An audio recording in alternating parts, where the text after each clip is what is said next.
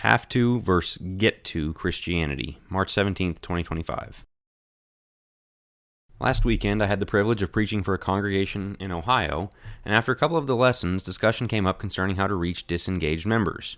A number of good points were made around the room, but I want to focus on a particular one in this article. We must present the Christian life as a privilege. When people hear a call for higher commitment to the church and think, do I have to, i.e., do I have to come to Sunday night worship, or do I have to have family devotionals, or do I have to give up my Saturday for that church activity, they're missing the point. That approach plays the same game the rich young ruler played. Just give me the list. Tell me what all I have to do, and I'll decide if I think the juice is worth the squeeze. There is no sacrifice in that, though. And a Christianity with no sacrifice is no Christianity at all. Luke 9:23, Romans 12:1 and 2. On the surface, when we say that Christianity requires sacrifice, that doesn't sound like a get-to kind of thing.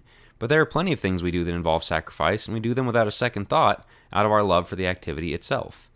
Waking up at 5 for an early morning of golfing or fishing is a sacrifice, but it's something we get to do because we love the result. It takes me 2 hours to make the occasional Chicago-style deep dish pizza, but it's something I get to do because I and my family enjoy eating it. I'm sure you have plenty of examples of your own that also fit the bill.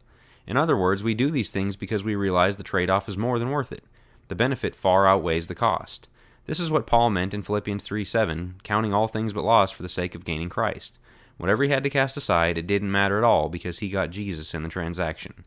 So when it comes to commitment and sacrifice for Christ and his church, it's important we learn to view it as a get-to and focus on the blessings of serving him with gratitude for all he's done for us, gaining a closer walk with him, helping others, and building bonds with our Christian family. However, have to should not be discounted entirely. Sometimes the get to just isn't clicking for us. Maybe we're having an off day, or maybe the thing we know we have to do for God is one that appears to be a big challenge.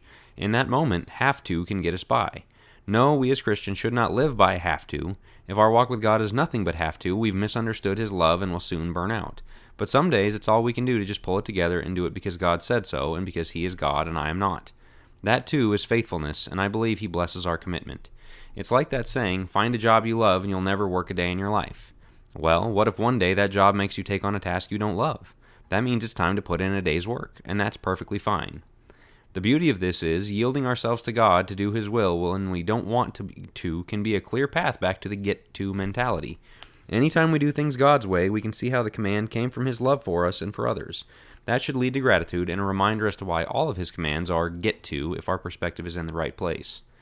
So, for too many people, Christianity becomes a life of all have to all the time, leading to either a minimalist faith or a burnout that drives them away from the Lord.